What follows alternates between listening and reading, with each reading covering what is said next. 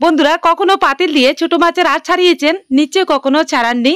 তাহলে আজকে এমন এক পদ্ধতি দেখাবো যেটা দেখার পর আপনারা কিন্তু অনেকগুলি ছোট মাছ একসাথে মাছের আঁশ ছাড়িয়ে নিতে পারবেন।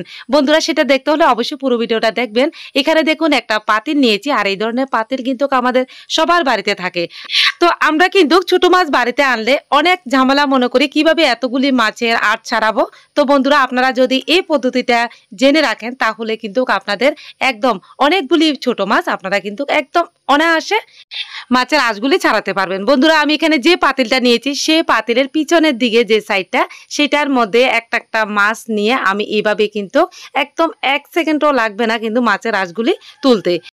তো এছাড়াও কিন্তু আমরা পুঁটি মাছ যে কোনো ছোট ছোট মাছ কিন্তু একদম আঁশ ছাড়াতে পারি এই পদ্ধতিতে। বন্ধুরা দেখুন আমি কিন্তু বেশি সময়ও লাগছে না, আমার কিন্তু খুব তাড়াতাড়ি কিন্তু একদম ছোট মাছগুলি ছাড়ানো হচ্ছে। তো অনেক সময় আমরা কিন্তু বাড়িতে আনলে অনেক কিছু ব্যবহার করি মাছের আঁশগুলি ছাড়ানোর জন্য, অনেক সময়ই লাগে, অনেক পরিশ্রম। তো কোনো কিছুই লাগবে না আপনারা এই পদ্ধতিটা যদি জেনে রাখেন। তো বন্ধুরা আমাদের মা, জেঠিমা, ঠাকুমা তারা কিন্তু এইভাবে ছোট মাছগুলি পুকুরে নিয়ে খুব সুন্দরভাবে এইভাবে কিন্তু পরিষ্কার করে নিয়ে আসতো। এই তো আপনাদের সাথে কথা বলতে বলতে দেখুন আমার সবগুলি মাছ কিন্তু আঁশ ছাড়ানো হয়ে গেছে।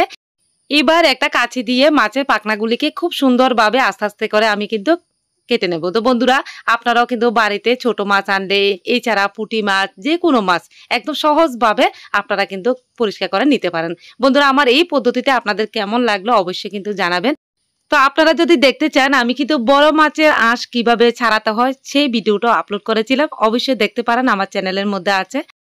বন্ধুরা এই ভিডিওটি সবার উপকারে আসতে পারে, আপনারা অবশ্যই শেয়ার করে অন্যদের দেখার সুযোগ করে দেবেন। সবাই ভালো থাকবেন, আর এই ধরনের নিত্য নতুন টিপস পেতে আমার চ্যানেলের সাথে থাকবেন। অবশ্যই ভালো লাগলে একটু শেয়ার করে দেবেন।